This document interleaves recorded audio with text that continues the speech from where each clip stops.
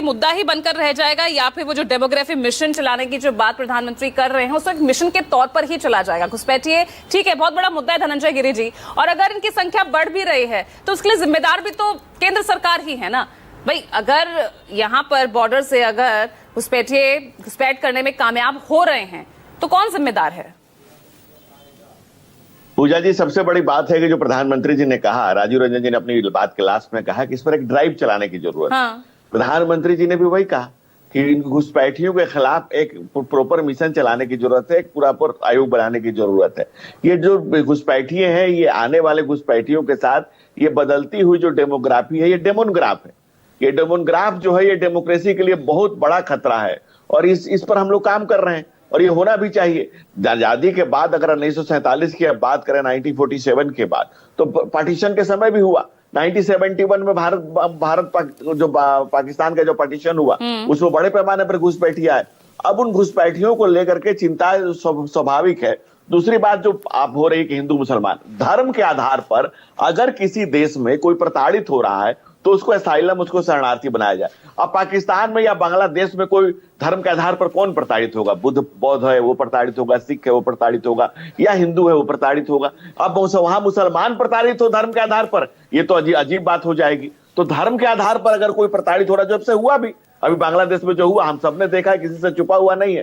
तो अगर धर्म के आधार पर प्रताड़ना किसी को मिल रही है, इसके अलावा म्यांमार से अलग धर्म के लोगों ने भी कुछ असाइलम मांगा, उनको भी दिया गया।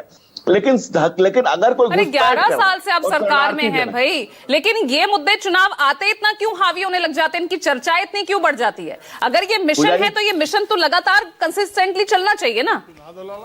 बिल्कुल, और कंसिस्टेंटली चल भी रहा है। 1992 में पहले भी आपको बता चुका हूं, 92-94 की घटनाएं बता चुका हूं। नहीं 2014 से आंकड़ा बता दीजिए ना, एक आंकड़ा बता दीजिए ना, अब तक कितने घुसपैठियों को बाहर किया गया?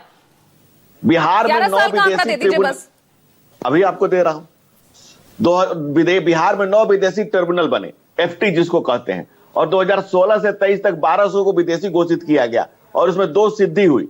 इसके अलावा लगभग इसके 96 लोगों को संदिग्ध मार किया गया। इस पर काम चल रहा है लगातार। 9 FT बनाए गए हैं। डिटेंशन सेंटर हाजीपुर में खोल रखा है बिहार सरकार ने। जो अगर हम इस पर लगातार काम कर रहे हैं, हमारे कामों की सूची बाहर कितने किए गए घुसपैठिए, मैं तो ये पूछ रही हूँ। लगातार 11 साल में कितने घुसपैठिए बाहर किए गए? मैं तो सीधा ये पूछा है। काम आप कर रहे हैं लेकिन बाहर कितनों को किया गया?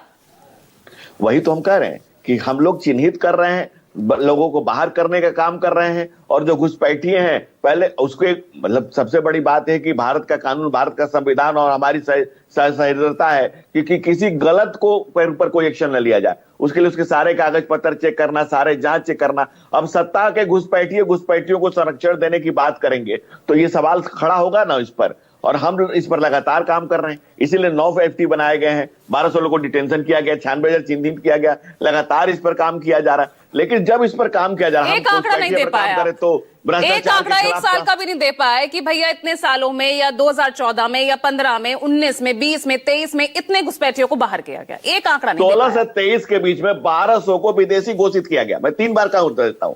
16 से 23 में 1200 को विदेशी घोषित किया गया और उन्हें बाहर भी किया गया। ये तो सिर्फ बिहार का डाटा मैं आपको बता रहा हूं। पूरे देश का डाटा भी निकालेंगे तो ये 1200 लोग जो हैं, ये जो 1200 लोग हैं ये रोजगार छीन रहे हैं बिहार के 8 करोड़ रोजगार। तो बिहार में हमने 50 लाख दे दिया। बिहार पे नीतीश जी ने 25 से 30 के बीच में कहा था कि 12 लाख सरकारी नौकरी देंगे, 38 लाख रोजगार देंगे।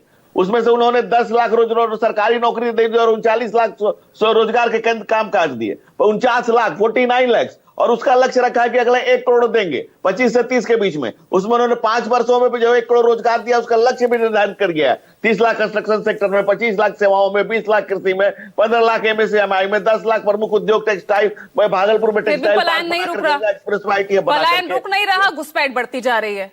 भाई 11% पलायन था भाई कांग्रेस के शासन में, और जब RJD के शासन में 11% पलायन था, जो घट के 3% पर आ गया। ये भी श्रम विभाग का डाटा है जो श्रम विभाग के पोर्टल पे खड़ा है। जैसे वैश्विक मॉडल वियतनाम ने 2010 से बीच में 1.6 करोड़ जॉब अपने क्रिएट किया। चीन ने कंस्ट्रक्शन में 2000 से 2010 के बीच में 8.5 करोड़ जॉब्स बनाया। फिलीपींस ने BPO में 1.2 करोड़ बनाया। ठीक है, तो नीरज मिश्रा भाई, अगर यहाँ पर